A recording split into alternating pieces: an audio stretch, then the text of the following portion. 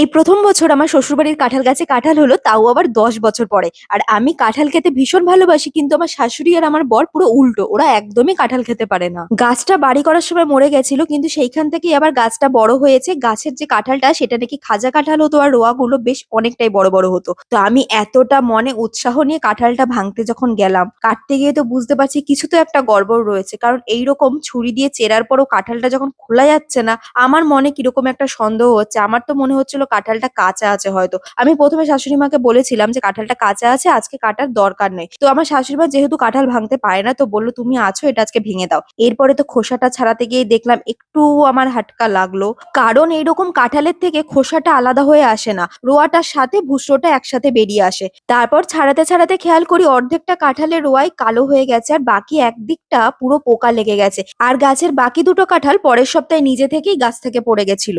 এই ছিল কাঁঠালের গল্প।